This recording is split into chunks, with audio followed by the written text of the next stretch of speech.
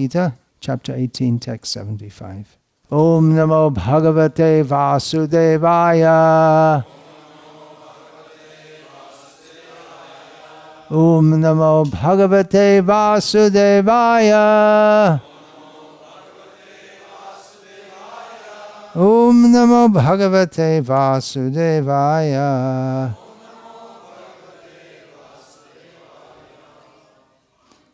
Srimad Bhagavad-gita, chapter 18, text 75, translation and commentary by His Divine Grace, Srila A.C. Bhaktivedanta Swami Prabhupada. Vyasa Prasadat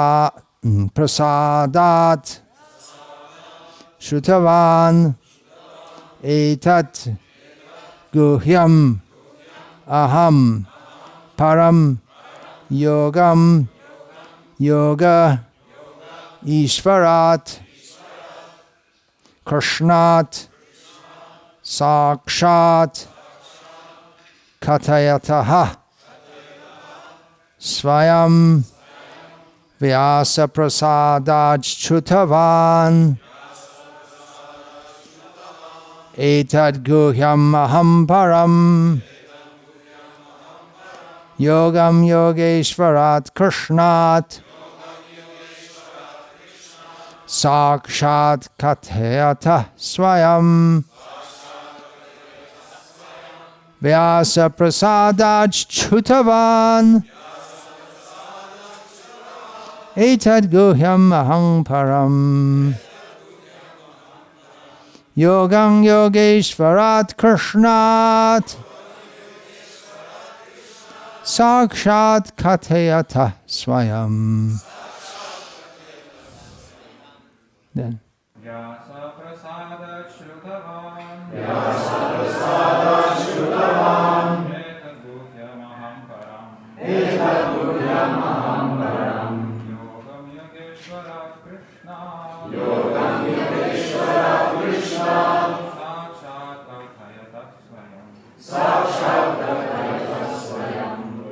Vyasa Prasada Shrutavan. Vyasa Prasada Shrutavan. Etad Guhyam Aham Param. Etad Guhyam Aham Param. Yogam Yogeshwarat Krishna. Yogam Yogeshwarat Krishna. Sakshat Kathayata Swayam. Sakshat Kathayata Swayam. Vyasa Prasada Shrutavan. Vyasa Prasada Shrutavan. Etad Guhyam Aham Param. Etad Guhyam Aham Param. Yogam Yogeshwarat Krishna. Yogam Yogeshwarat Krishna. Sakshat Kathayata Swayam. Sakshat Kathayata Swayam. Matajis. Vyasa Prasada Shrutavan. Vyasa Prasada Shrutavan. Etad Guhyam Aham Param. Etad Guhyam Aham Param. Yogam Yogeshwarat Krishna. Yogam Yogeshwarat Krishna. Sakshat Kathayata Swayam. Sakshat Kathayata Swayam.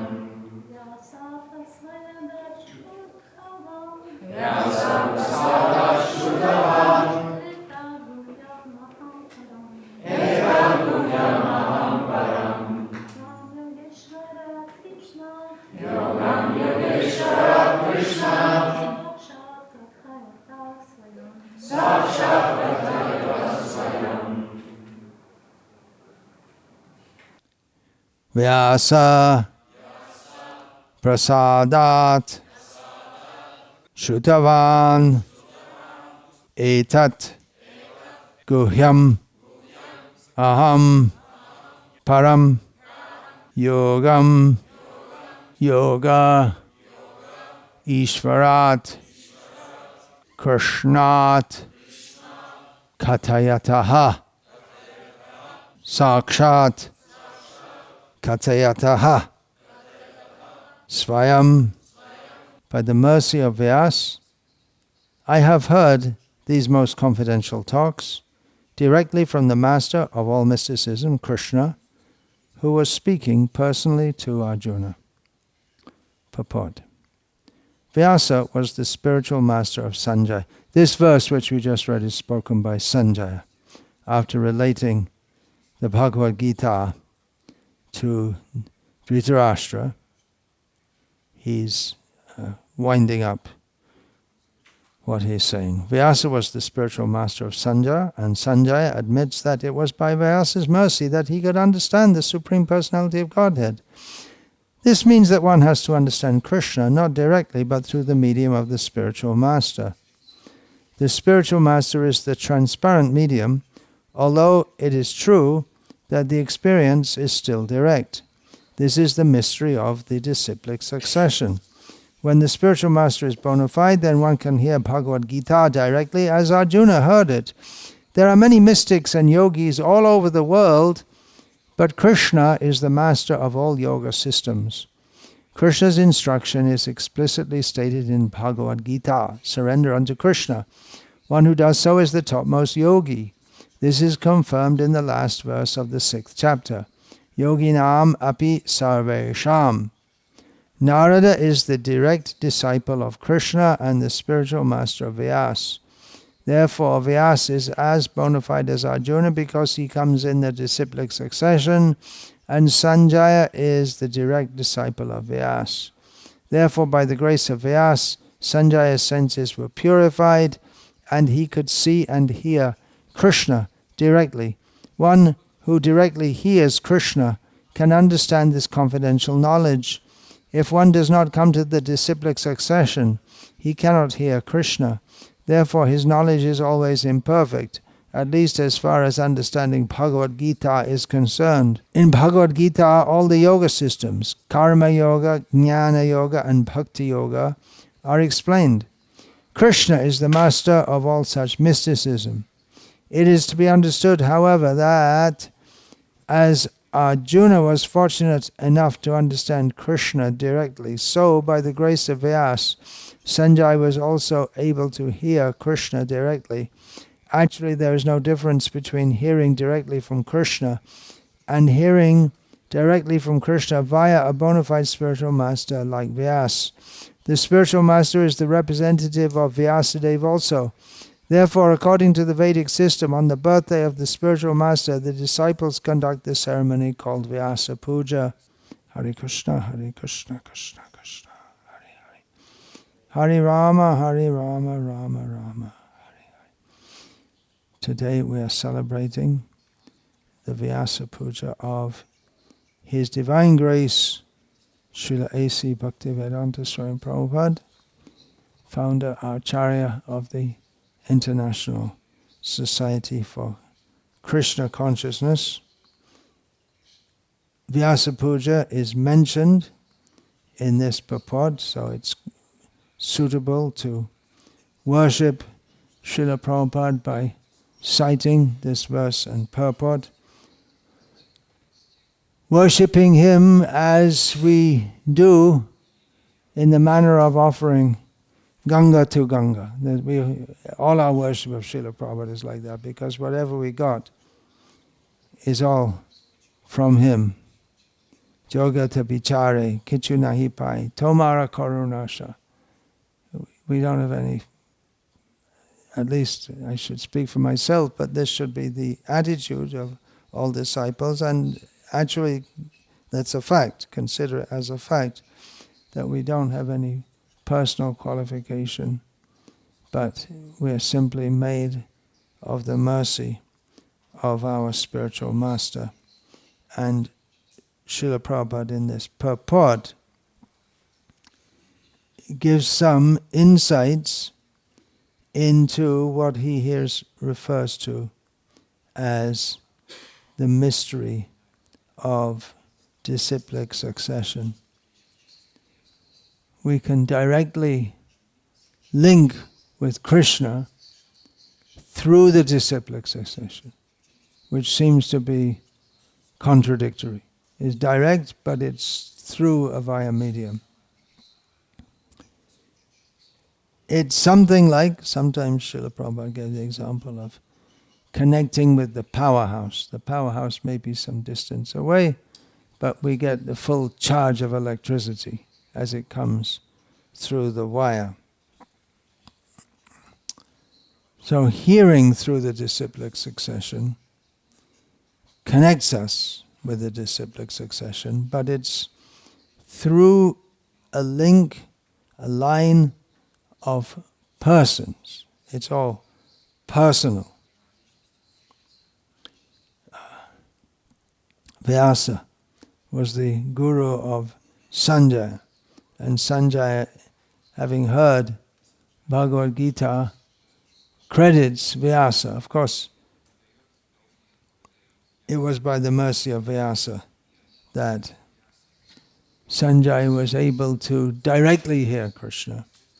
But Srila Prabhupada explains here that if we hear through the disciplic succession in an unbroken line of teachings and teachers, then it is the same as hearing from Krishna, and may be more beneficial for us even. If we directly link with, or if we directly hear from Krishna, we may not be as fortunate as hearing through the devotees of Krishna, who give the same message, but they train us to approach Krishna in the proper manner. And by doing so, as we see in the previous purport, we come to Krishna consciousness, the result of which is that one becomes increasingly enlightened, and he enjoys life with a thrill, not only for some time, but at every moment. So Srila Prabhupada always represented himself as a servant of the previous acharyas, with his duty to simply present the message as he had heard it. He saw that as his function. That is what he did. He performed miracles, no doubt. There are many gurus, have been many gurus in the history of this wretched Kali Yuga, and before that also. Srila Prabhupada's position is, of course, very special for what he did in bringing Krishna consciousness to the world, but at the same time, from another perspective, the perspective that he always emphasized, he was simply doing what a guru should do, which is to take the message of the Shastra as received in disciplic succession and repeat it and train his disciples in that knowledge and in the practical application of that knowledge. So it was Srila Prabhupada who did that, and we're all eternally indebted to Srila Prabhupada. In the beginning of this movement, devotees knew Srila Prabhupada only. They didn't know any other teachers. They knew very little about Krishna. They were inspired by Srila Prabhupada to become Krishna conscious. Nowadays we have access to so many Vaishnava writings, and we may quote Srila Vishwanath Chakravarti Thakur and Srila Rupa Goswami and so many acharyas. But we should always remember that it was Srila Prabhupada who came and gave us this knowledge. It was Srila Prabhupada who saved us. It wasn't directly Rupa Goswami or Vishwanath Chakravarti Thakur or any of Srila Prabhupada's godbrothers. It was Srila Prabhupada. It was he who became the major conduit of that mercy by which we became aware of such great personalities as Srila Vishwanath Chakravarti Thakur and Srila Rupa Goswami even existing. Therefore we are all eternally indebted to Srila Prabhupada, and we should understand that the way he presented Krishna consciousness was completely in line with the previous acharyas, which is one of the secrets of his success. as he always said, if he hadn't had the blessings of the previous acharyas, he wouldn't be able to do what he did. But at the same time, he is himself a unique personality.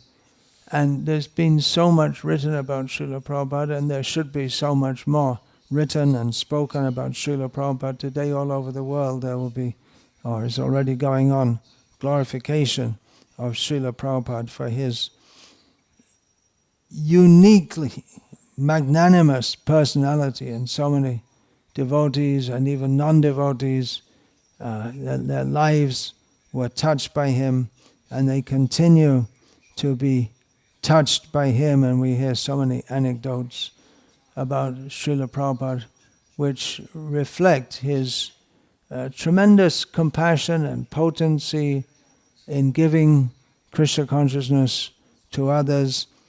But at the same time, we should remember always that he was giving spiritual knowledge. This was his qualification as a guru.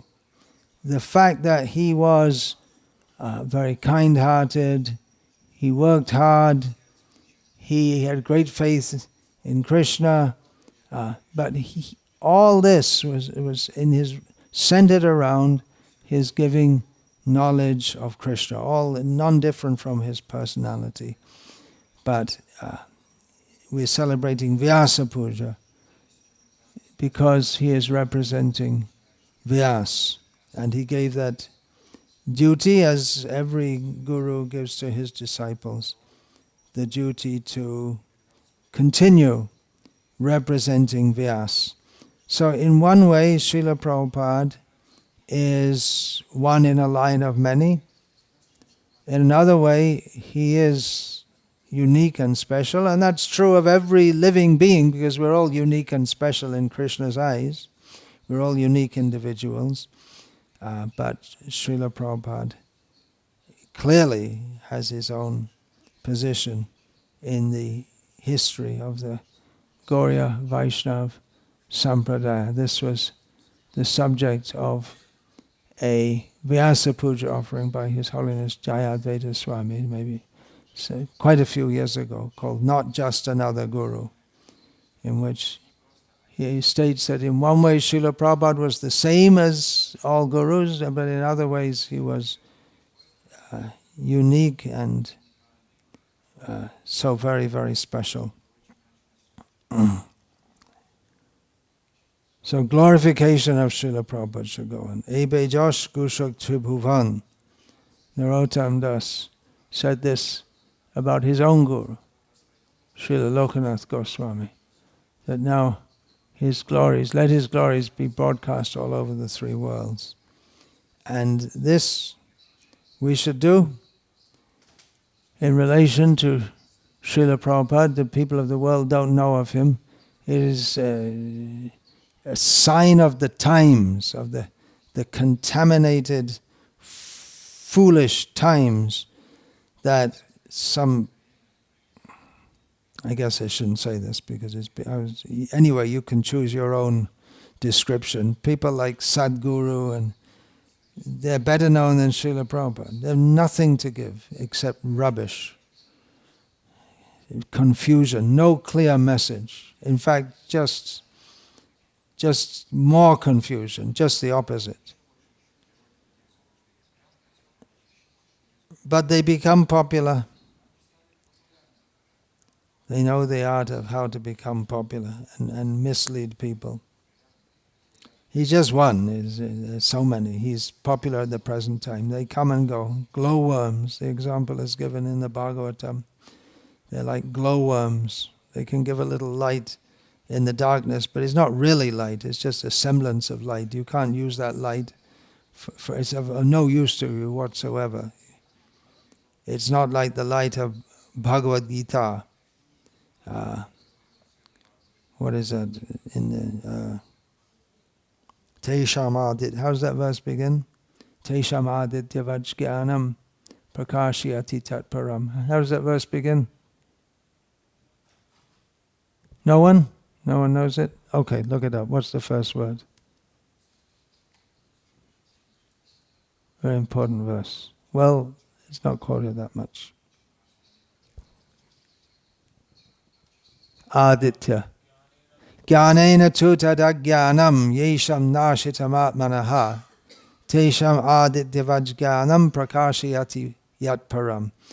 When the sun arises, all darkness is removed. In the meantime, you can use a lamp or a flashlight, but everything is cleared by the sunlight. So in the same way, the darkness of ignorance is, when one gets actual knowledge, then the darkness of ignorance is cleared away. And Srila Prabhupada, as a bona fide guru, did that. He engaged newcomers in kirtan and gave them prasadam, and he spoke the message of the parampara, Bhagavad-gita, and his early talks were mostly on Bhagavad-gita and on Caitanya-caritamrta, teachings of Lord Chaitanya to Sanatana Goswami, which systematically gives the teachings of Lord Chaitanya. But he spoke. He wanted them to hear. They should hear this message. Srila Prabhupada had great faith that this message, if regularly heard, as stated in the Bhagavatam itself, will clean the heart and bring one to Krishna. And in his Markirne Bhagavad Dharma, his poem that he wrote just before landing in America, he emphasized on, if they will just hear this message of Bhagavatam, they will be delivered. And it's interestingly, he doesn't emphasize the chanting so much as hearing the message. So Srila Prabhupada did that, and his glories are unlimited, and they should be known, but people don't appreciate. They have no means to appreciate. They can't understand the greatness of a pure devotee of Krishna because they don't understand the greatness of pure devotion to Krishna. Sometimes someone praises Srila Prabhupada, but their praise is often from their own glowworm perspective. Maybe 2 or 3 years ago, another prominent, supposed to be guru, based in India, he's fading away now. Not so popular, but anyway, populistic. He gave an example of Srila Prabhupada as someone who achieved great things late in life. And that's supposed to be the example that we follow. That's the lesson we're to get from him. But the lesson is pure devotion to Krishna, surrender to Krishna. And he's taking that as an example, how you in your old age can go out and do something like what? What was it that he did? It's just achievement. The whole idea, you should achieve something. Or sometimes they have the idea that Srila Prabhupada is a great proponent of Hinduism. They may praise him, but it's incomplete at best and a misunderstanding of how he is to be praised. Actually, we can understand, we can begin to understand as much as we can because his glories are unlimited and we have limited capacity to understand, but we can begin to understand the glories and the significance of Srila Prabhupada's contribution when we begin to understand the message that he has given. When we understand that we are suffering in this material existence, life after life, and we're forgetting Krishna, and he has come and given that knowledge by which we can become free from this suffering condition and reawaken our dormant love of Krishna. When we can understand that, then we can begin to understand the glories of Srila Prabhupada. So when we say, Ebe Josh Gushuk Chibhuvan, now let his glories be spread all over the universe, practically we have to preach his message And then when people begin to appreciate his message, then they can begin to properly appreciate him. Otherwise, if you say he was the head of a big worldwide organization, there are so many big worldwide organizations. But this organization is not meant for the same purpose as all of these other organizations, which are to live in this material world and make some adjustment to this material world. But Srila Prabhupada was giving the message of Krishna, which takes us beyond the material world. And so his glories are unlimited. And we simply, as Srila Prabhupada said, when he was asked how we should distribute the book, Srila Prabhupada said, you can simply glorify Krishna, the subject matter of the book. And there's no exaggeration there. You can't exaggerate the glories of Krishna. So in the same way, when we're glorifying Srila Prabhupada, there's no need to exaggerate and very little possibility to exaggerate, because his contributions are so great. Recently I was reading some memories by devotees of fairly recently departed disciple of Srila Prabhupada, who was much loved, and it was stated that there were some exaggerations, helped to found several major temples in different parts of the world. Actually, it was 2 temples, but as part of a team and not the leading member of the team, and traveled with Srila Prabhupada widely all over India, helping Prabhupada establish the movement. Yeah, again, as in different places, as one member of a team, and not in the dynamic role of leading the team. So it's a bit of an overstatement, which is maybe a nice sentiment, but it doesn't really add to the actual glories of that person. They had that devotee, they had their own glories in what they did. But with Srila Prabhupada, practically it's impossible to overly glorify. We don't just see what he did. That's one line from one of Satsvarupa Maharaj's books. Just see what he did.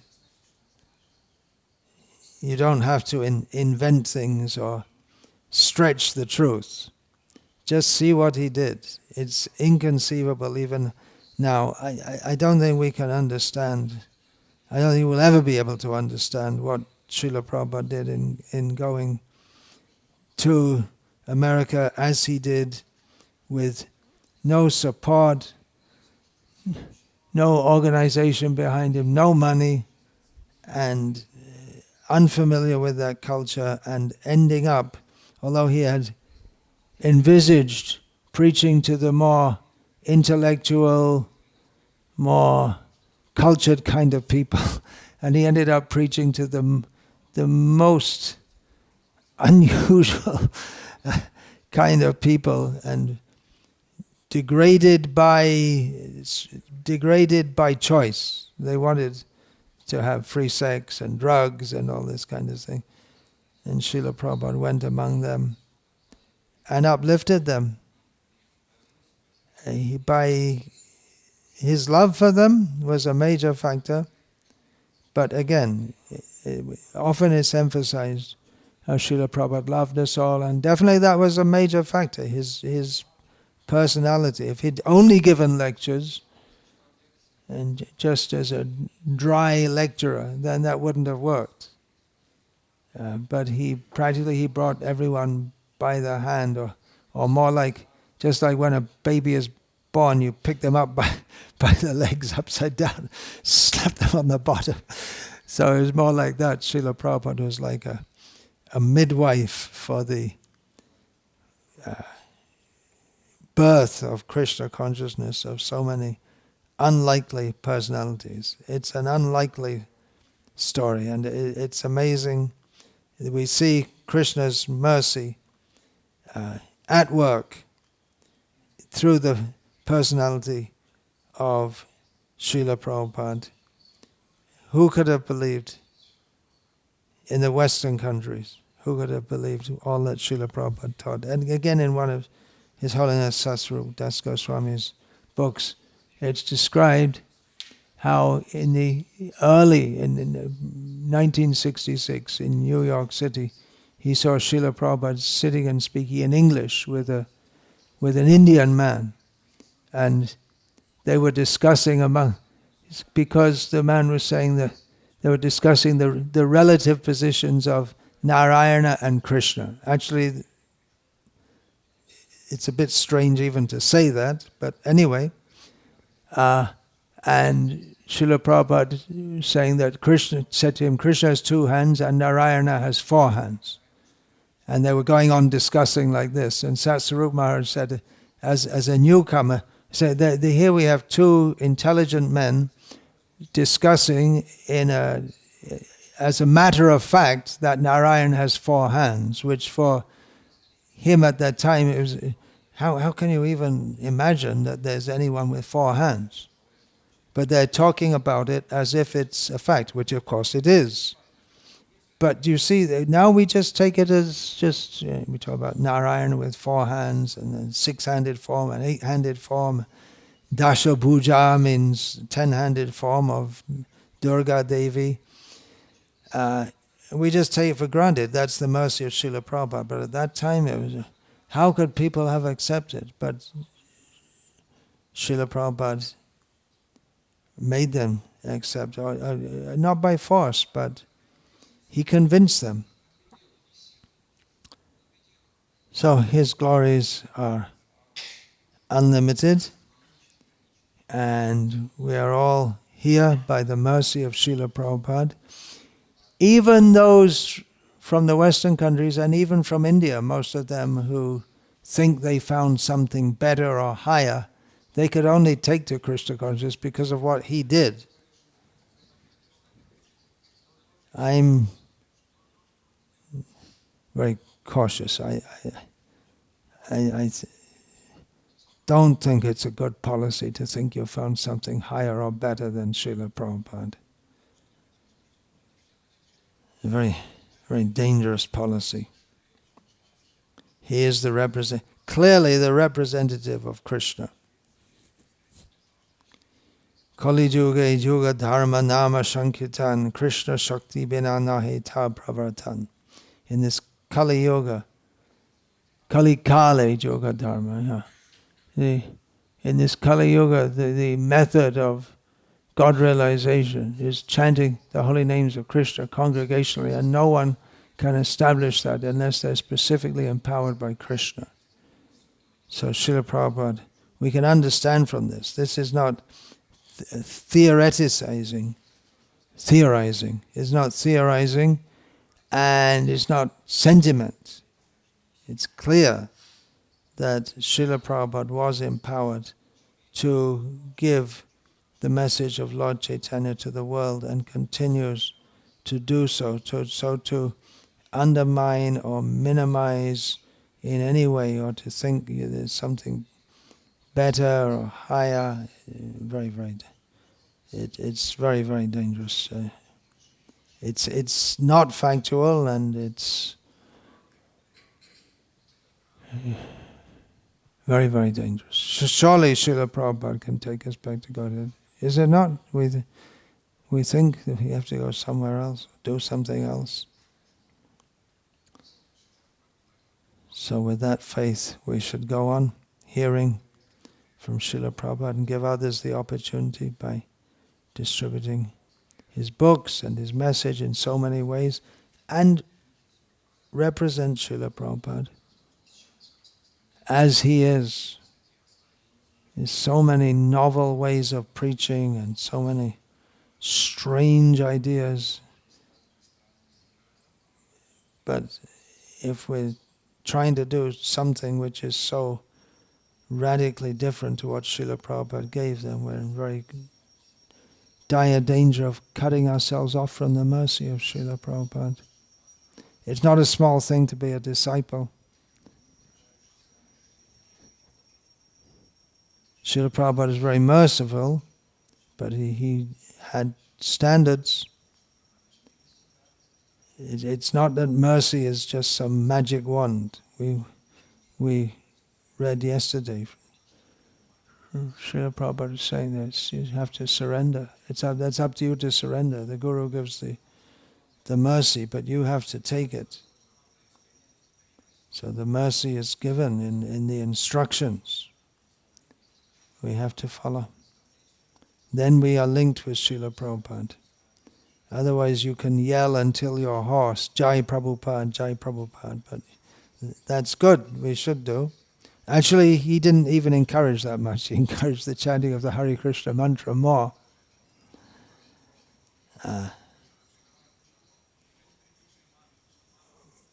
But we have to follow. Simple principle, very simple principle. Hare Krishna.